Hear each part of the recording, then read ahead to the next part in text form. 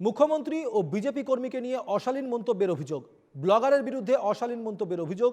আলগাপুর থানায় মামলা দায়ের। অভিযোগ করেছেন উত্তর নারায়ণপুর গ্রাম পঞ্চায়েতের প্রাক্তন সভাপতি এবং জেলা বিজেপি কর্মী এম হিফজুর রহমান লস্কর। অভিযুক্ত ব্যক্তির নাম জামাল উদ্দিন। অভিযোগের ভিত্তিতে তদন্ত শুরু করেছে পুলিশ। ভারতীয় জনতা পার্টির যুব মোর্চার নেতৃত্বে হাইলাকান্দি জেলার লক্ষ্মীরগঞ্জে আমাদের আসামের মাননীয় মুখ্যমন্ত্রী ডক্টর হেমন্ত বিশ্ব শর্মা মহাশয়ের উপর আক্রমণ হয়েছিল, বিভিন্নভাবে নির্যাতন হয়েছিল। তার প্রতিবাদে হাইলাকান্দি ভারতীয় যুব মোর্চার নেতৃত্বে একটা মিছিল আহ্বান করা হয়েছিল।